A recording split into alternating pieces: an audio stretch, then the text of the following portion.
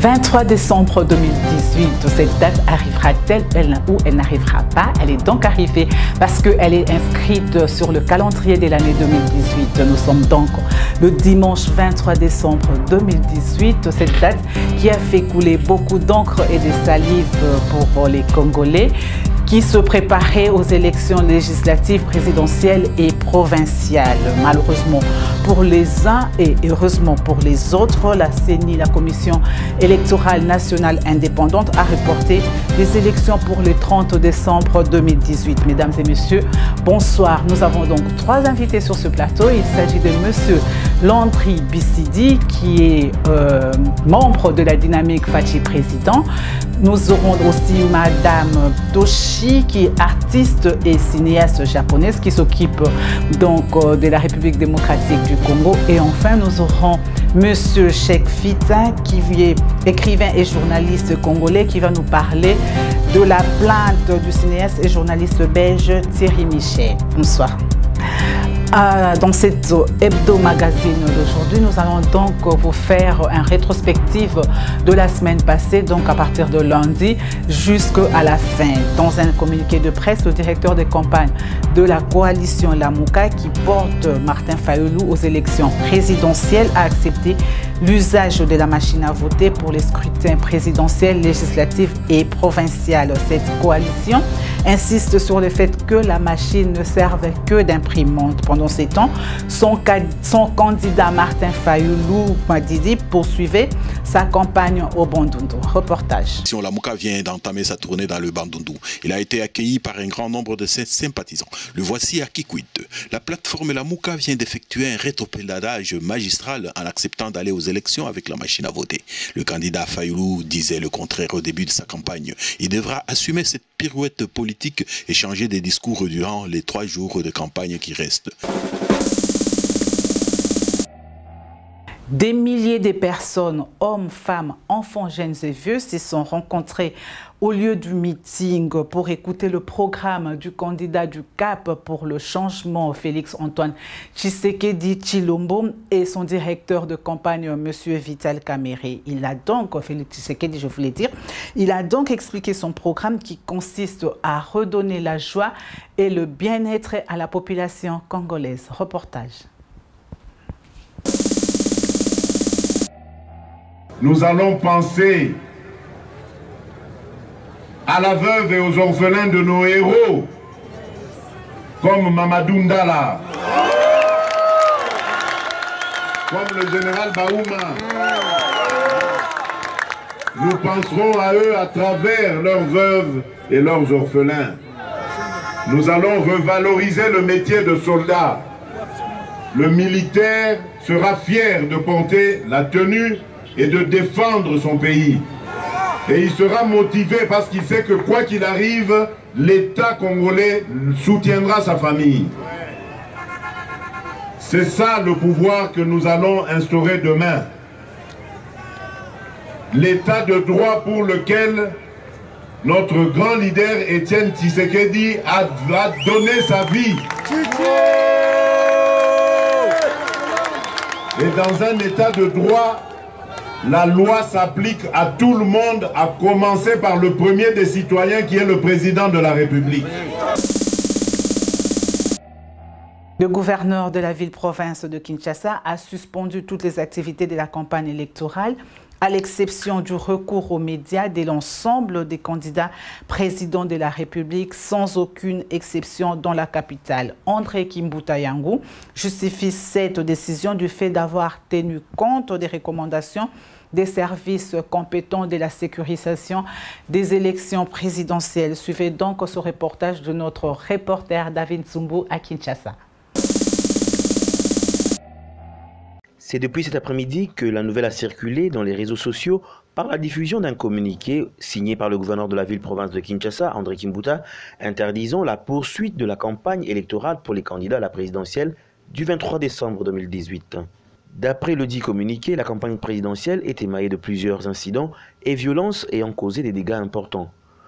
Une campagne électorale censée prendre fin à la veille du scrutin, ce 22 décembre à minuit, et qui pour certains avait pour point de chute la ville-province de Kinshasa, risquerait d'envenimer la situation entre les différents camps politiques qui n'ont pas encore échangé avec l'électorat de Kinshasa. Parce qu'ils étaient en tournée,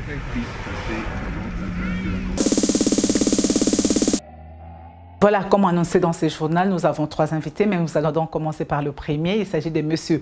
Landry Bissidi, qui est membre de la dynamique Fachi Président. Bonsoir, M. Bissidi. Bonsoir, madame. Voilà, vous venez de suivre notre rétrospective de la semaine du lundi à mercredi, le rétropédalage de la coalition Lamuka et la campagne électorale. Quel est votre avis par rapport à toutes ces informations? Oui, mais il n'y a rien de surprenant, parce qu'il devait que faire ça. Parce que normalement, tout le monde attendait l'élection, et même eux-mêmes, là où ils étaient, ils attendaient qu'il y ait 2 élections. Mais comme ils n'ont pas de vision, ils ne savaient pas comment s'y mettre, comment se débrouiller. Et ils devaient que s'inspirer à la vision de Félix Tshisekedi. Donc pour moi, personnellement, il n'y a rien de surprenant. C'était question de temps. Et ils ont été quand même courageux au bout d'un moment, et ils ont fini par rejoindre la vision de Félix. Donc en ce moment-là, vous êtes content et vous pensez que, comme ils ont rejoint la vision de Félix Tshisekedi, ils peuvent encore se réunir? Oui, ils peuvent se réunir. Normalement, on est déjà le 23. Le 23, il n'y a plus de Lamuka, il n'y a plus, ça n'existe plus. Donc pour qu'on puisse avoir encore un autre candidat commun, et ça devait... Donc le choix du candidat commun devait s'arrêter jusqu'au 23. Ah. Jusqu'au 23, oui, jusqu'au 23.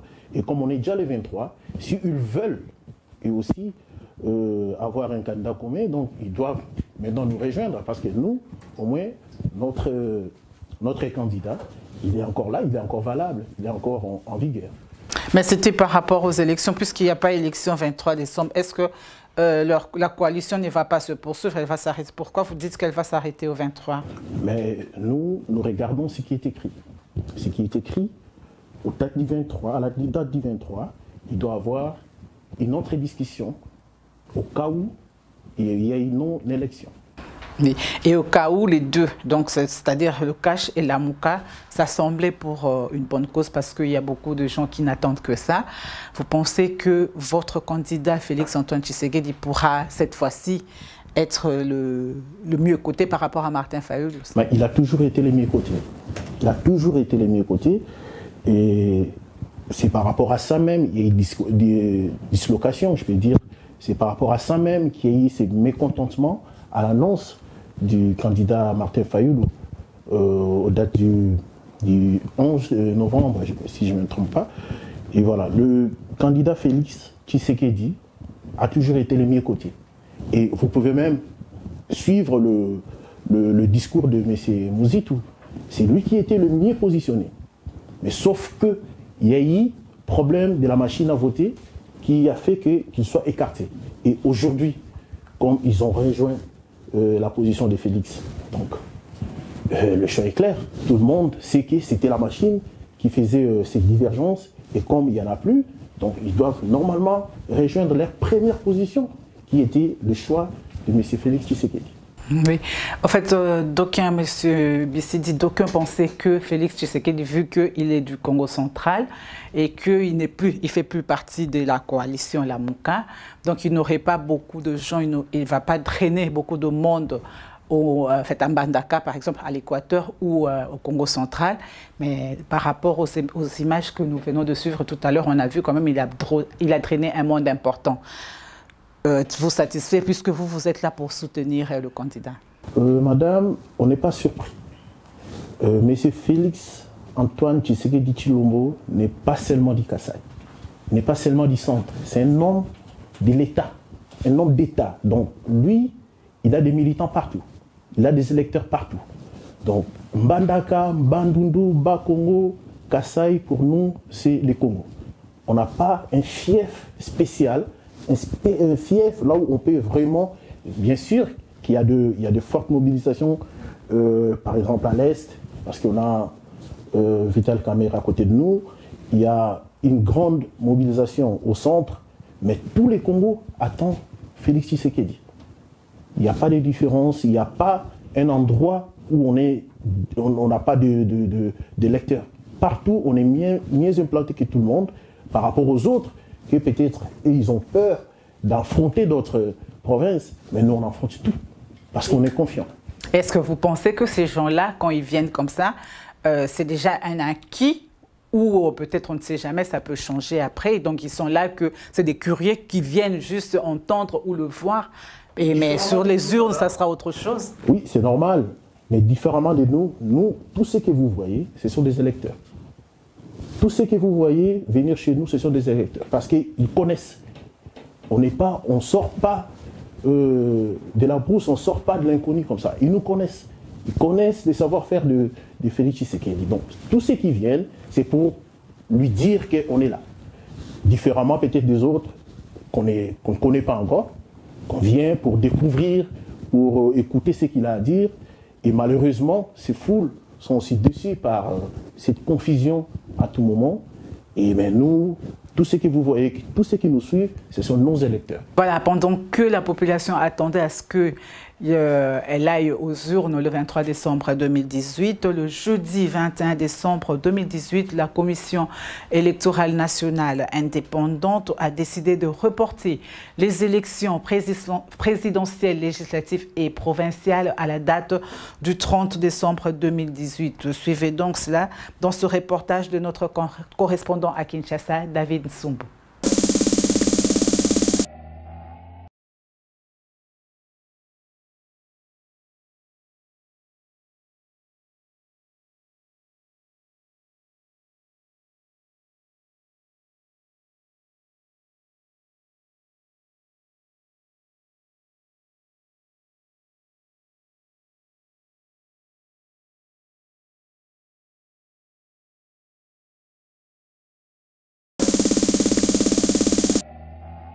Félix Tshisekedi Tshilombo, le candidat du CAP pour le changement, ne pouvait pas rester indifférent par rapport à ce report des élections, puisqu'il attendait ça, comme il avait dit, avec ou sans la machine à voter. Ils vont aller aux élections du 23 décembre 2018, donc il a fait un point de presse dans son siège de l'UDPS à Lumete. Suivez. Après quelques heures du report des élections à la date du 30 décembre 2018, les sympathisants de la coalition CAP pour le changement, CACH, se sont massés devant le siège de l'Union pour la démocratie et le progrès social, parti cher à Félix Tshisekedi Tshilombo, candidat numéro 20 à l'élection présidentielle. Ici, on pouvait lire et entendre un climat sceptique au dit report. Il a fallu l'arrivée de Tshisekedi et Kamere pour calmer les ardeurs. Les deux meneurs de troupes sollicitent l'indulgence de la base pour accorder un dernier délai, après lequel la coalition n'en cautionnera pas d'autres. Le mot d'ordre vient d'être donné par le président Félix Tshisekedi à travers ses communiqués. Le dernier retranchement dont on parle dans le communiqué, c'est le 30. Faudra-t-il continuer la campagne électorale? Mayo Mambeke, secrétaire général de l'Union pour la Nation congolaise, UNC, parti de Vital Kamerhe, et membre de la coalition CACH, monte au créneau. C'est trop. Alors, ce n'est pas nous qui avons dit à la CENI reporter de 7 jours. C'est elle-même qui a dit qu'elle reporte les élections de 7 jours et ça la lit. Nous la prenons au mot. Nous avons dit dans notre déclaration, si au 30 décembre 2018, il n'y a pas élection, vous avez vu la base ici. La base voulait déjà imposer les élections au 23 décembre. Et pourquoi ne pas mettre à profit ce report pour reparler du fichier électoral? Félix Tshisekedi Tshilombo, candidat numéro 20 à l'élection présidentielle, précise. Ce n'est pas dans notre calcul maintenant, mais pourquoi pas? Pourquoi ne pas en parler? Nous allons donc prendre un extrait de nos confrères de Top Congo FM où le candidat président de l'UDPS et du CAP pour le changement, Félix Antoine Tshisekedi, a essayé d'expliquer à la population son programme pour les 5 années à venir dans la République démocratique du Congo. Suivez. Que va-t-il se passer si vous êtes élu le 30 décembre? Quelles seront vos premières Je ferme d'abord tous les cachots de la République. Tous les cachots, là, ANR, des MIAP, machin, tout là où ils enferment nos compatriotes injustement, arbitrairement. Ça commence. Le premier jour, on ferme tout ça. Ça, c'est la première déjà des mesures. Voilà. Ensuite alors là, il faudra venir vivre avec moi pour voir comment... Vous savez, quand on n'est pas encore aux affaires, il y a des choses qu'on ne connaît pas. Il y a des choses qu'on découvrira. Moi, je ne suis pas quelqu'un qui va vous raconter des histoires ici. Voilà, je sais tout. On aura beau s'entourer de toute l'expertise qu'il faut. Il faut soi-même avoir sa propre appréhension. Et de nous tous, là, à part celui qui est le sortant, il n'y a personne qui a une expérience de président de la République qui peut vous dire ce qu'il va faire. Aujourd'hui, dans notre pays, il n'y a que Joseph Kabila qui a expérimenté le poste pendant je ne sais combien d'années maintenant, 17, 18 ans, qui peut vous dire, oui, moi, demain, si je suis là, je vais faire ça. Personne ne le sait. Mais ce qui est sûr et que je peux, parce que ça, il suffit d'un ordre, c'est fermer les cachots. Parce que ça, c'est avilissant. Il y a des gens qui meurent gratuitement là-dedans et c'est inadmissible. Mais ça viole les libertés. Mais vous nous avez parlé de vos objectifs. Oui, mais il faudra faire un état des lieux, Christian. Il faudra faire un état des lieux. Il faut arriver, il faut savoir d'abord combien on nous a laissé dans le trésor public, dans les caisses de quels moyens pensez-vous pouvoir mobiliser pour atteindre vos objectifs? Mais les recettes de l'État, vous savez que ce pays connaît des fuites immenses d'argent. Vous allez bloquer cette corruption. Donc il faut déjà commencer par bloquer la corruption. Mais comment? Par déjà l'application de la loi. Il faut appliquer la loi dans toute sa rigueur contre les contrevenants, les corrompus ou les corrupteurs. Donc ceux-là, il faut déjà les viser. Mais pourquoi? Il faut aussi se poser la question de savoir pourquoi est-ce que ça arrive. Mais très souvent, d'abord ça arrive dans l'administration, notre administration. Pourquoi? Parce que les agents sont mal payés. Donc il faut avoir une sorte de contrat avec nos travailleurs pour leur dire, écoutez les gars, cette fois-ci, l'État existe.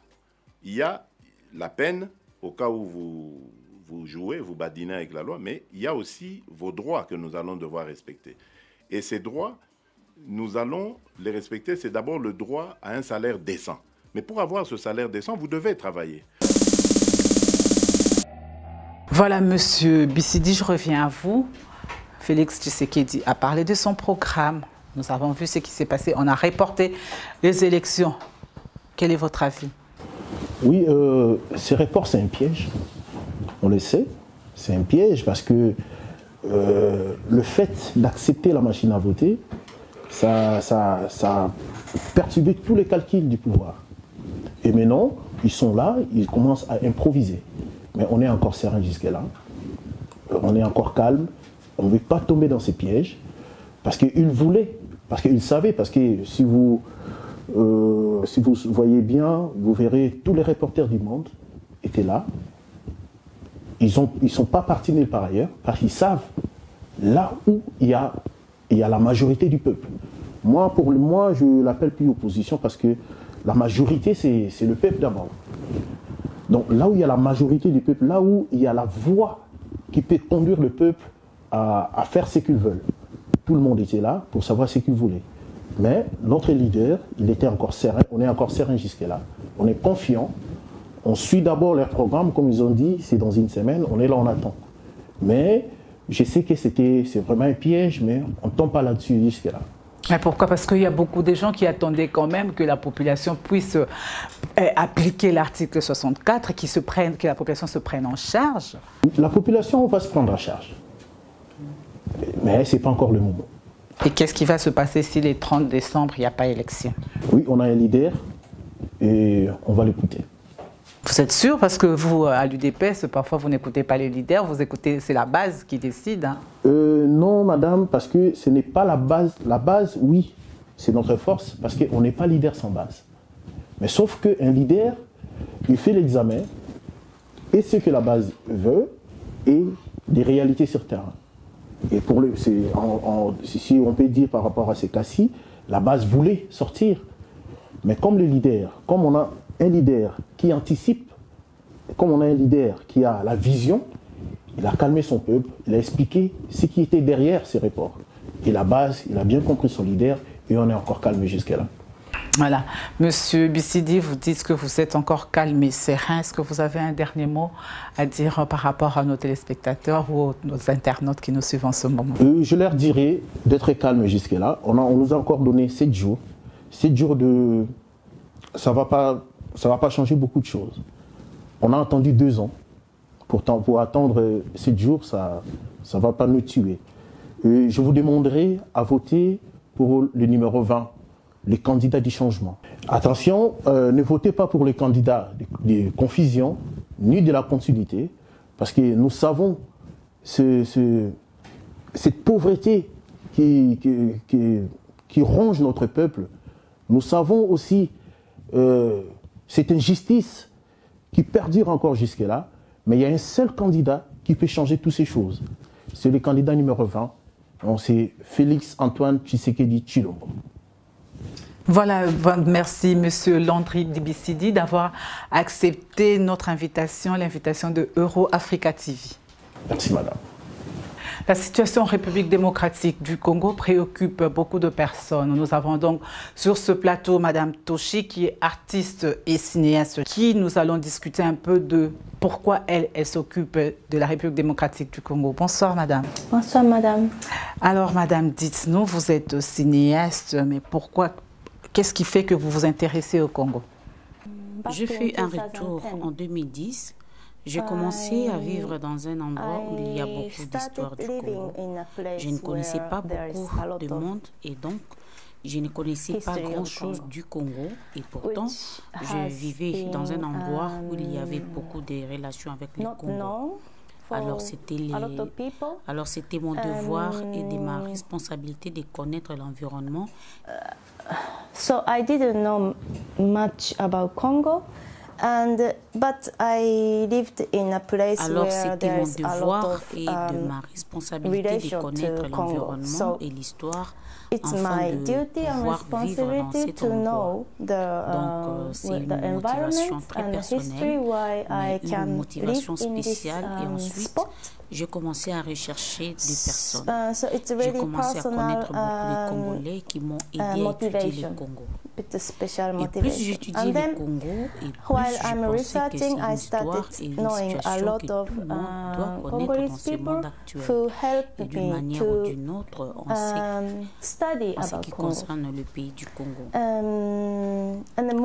C'est un film d'exploration, car prenant l'intérêt de cette contradiction créée dans and the current situation where everybody has to know, everybody in this world que le programme se poursuit jusqu'à one way maintenant. or another way Alors j'ai relating pris ces sujets to dans the country une of Congo. perspective assez... Ok.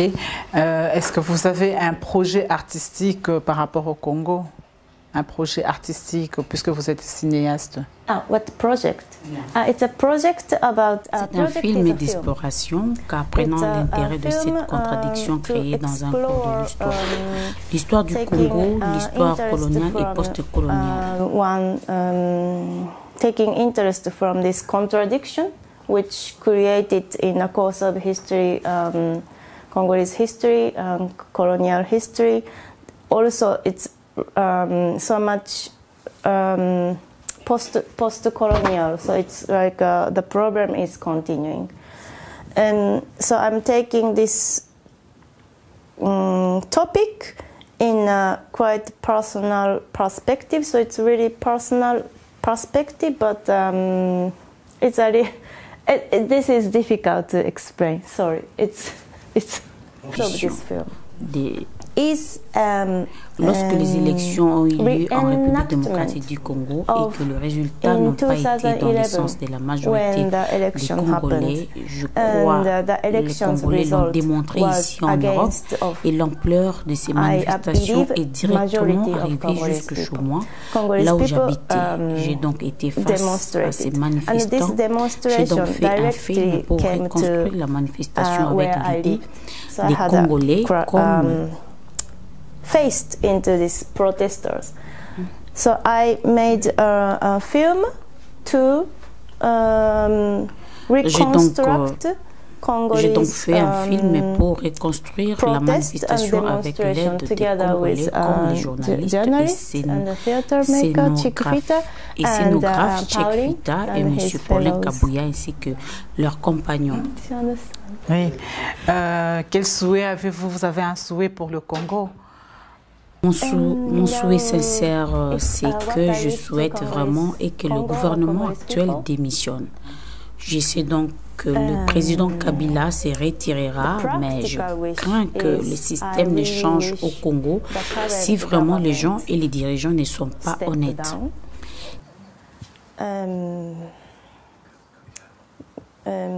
So I know that the President Kabila will step down, but I don't believe system will change in Congo.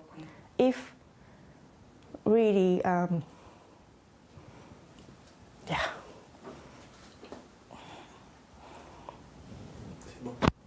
if people, if the leaders are not honest and thinking about people, so I wish the struggle of Congress, I cannot really say, it makes me really emotional.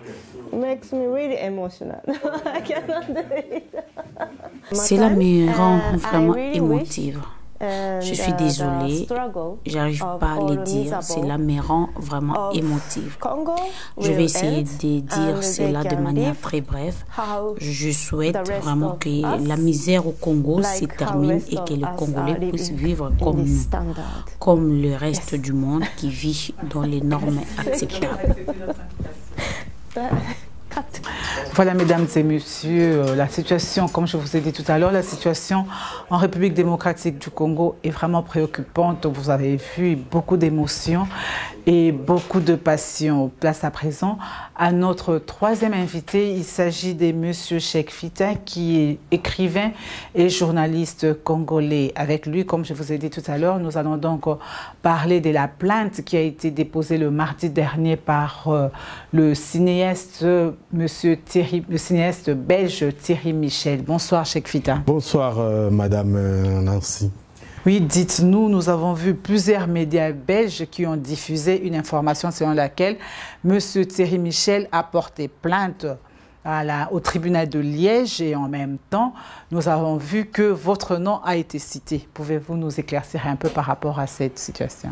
Bien, merci beaucoup Nancy. D'abord, merci à EuroAfrica TV de m'avoir invité pour que je fasse cette mise au point et je vous félicite d'abord pour le travail.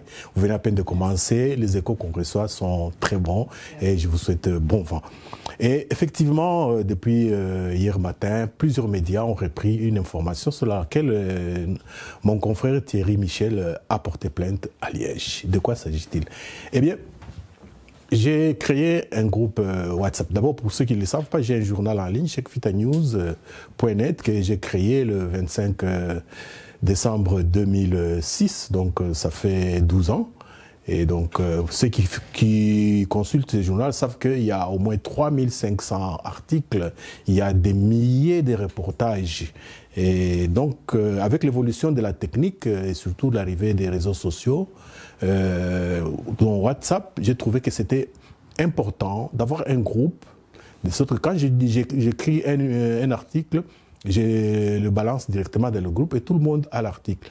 Donc, ce groupe-là n'a qu'un seul objectif, pas deux, un seul, me permettre d'atteindre rapidement ceux qui me lisent. Et parmi les membres du groupe, il y a M. Thierry Michel. Et malheureusement, vous savez, la politique de notre pays, elle est chaude, hein, surtout à ce moment-ci. Et donc, beaucoup de gens... Et à un moment, les esprits s'échauffent et il peut y arriver des dérives. Et donc, voilà. Qu'est-ce qui s'est passé? Justement, il a cité votre groupe WhatsApp. Si votre groupe WhatsApp ne consiste qu'à diffuser vos informations, peut-être qu'il y a des informations qui ont touché personnellement à M. Thierry Michel ou... Oui. Vous savez, le groupe WhatsApp, malheureusement, ce n'est pas moi qui ai inventé WhatsApp, c'est que vous envoyez des informations aux gens. ils peuvent aussi répondre, ils peuvent écrire à d'autres. Et puis, dans mon groupe, c'est pas seulement moi qui écris. Du fait que j'ai créé, d'autres qui ont aussi des informations, ils sont nombreux, dont Thierry Michel, ils donnent aussi des informations. Quand il y a des informations qui ne sont pas vérifiées, eh bien, il y a des réactions, parfois des invectives et parfois aussi des dérives, malheureusement. Et c'est par rapport à quoi que lui, il vous cite nommément? Est-ce que vous l'avez touché personnellement ou bien c'est juste quelqu'un du groupe qui a touché Thierry Michel? Non, la plainte est contre 1 ou 2 ou 3 membres du groupe, c'est pas contre moi, mais il m'a cité. Mais dans ce qu'il a cité, il y a quelque chose que je n'ai pas aimé. Il a dit c'est un groupe pro-UDPS. Et c'est faux. Parce que c'est des imputations qui ne sont pas bonnes.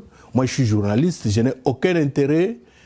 Oui, voilà, impartial. Et mieux encore, ce que j'ai mis, j'ai fait une mise au point que j'ai envoyée à tous les médias qui ont diffusé l'information, j'espère qu'ils vont répercuter, je les cite nommément.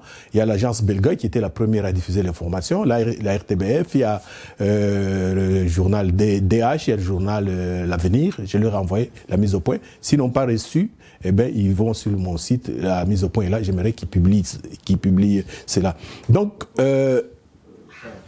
non seulement je suis journaliste, mais je suis, vous l'avez dit dans la présentation, je suis écrivain, bon, les livres sont là, et ça fait depuis 1992 que je suis activiste de la société civile.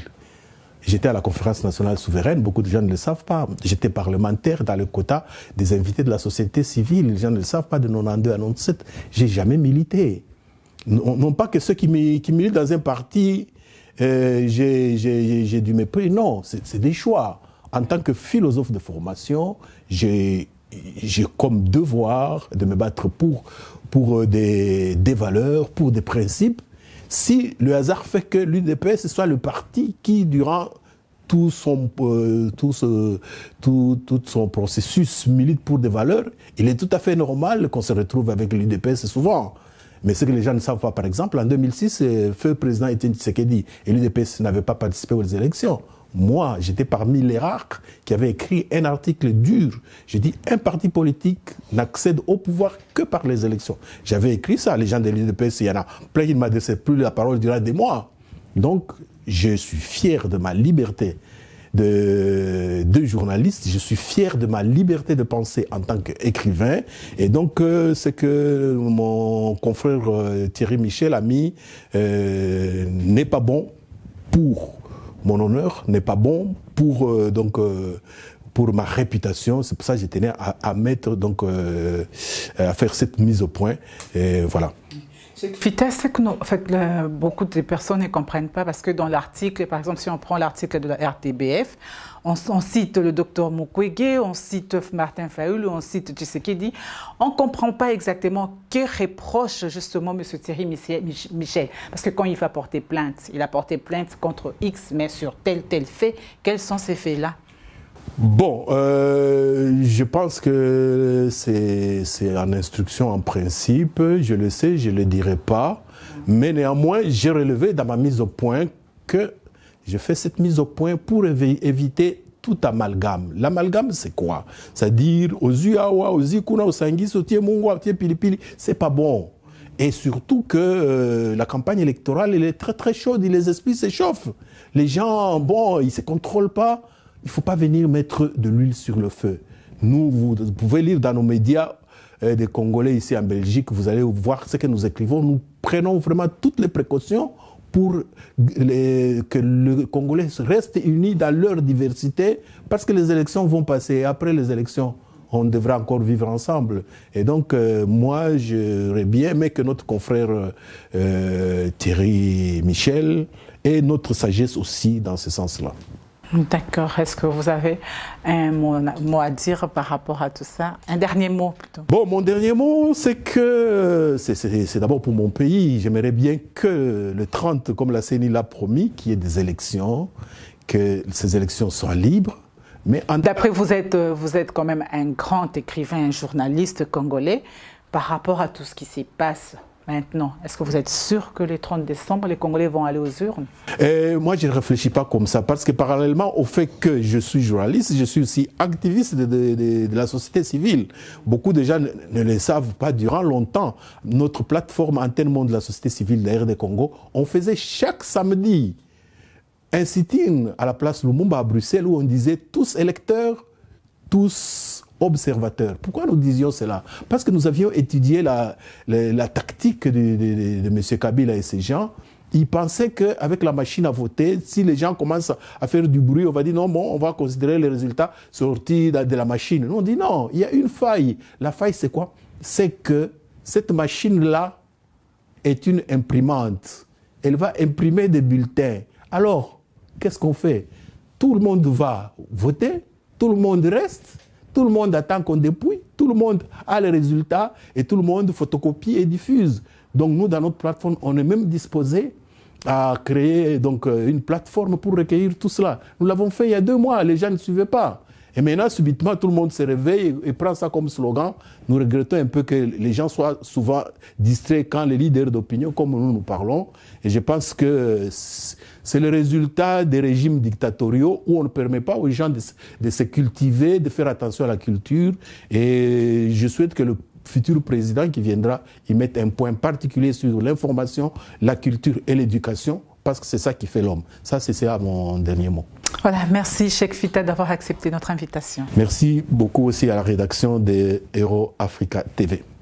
Voilà, mesdames et messieurs, c'est par cet élément que nous mettons un point final à notre grande édition d'Hebdo Magazine. Nous avons donc reçu 3 invités. Il s'agissait de monsieur Landry Bissidi, qui est membre de la dynamique Fachi, président, de madame Toshi, qui est artiste et cinéaste japonaise qui s'intéresse au Congo, la République démocratique du Congo, et de Cheikh Fita, écrivain et journaliste congolais qui a réagi à propos de la plainte du cinéaste et journaliste belge Thierry Michel. Nous sommes à la fin, comme je vous ai dit. Restez branchés sur notre chaîne de télévision, votre chaîne surtout Euro Africa TV. Bonsoir chez vous.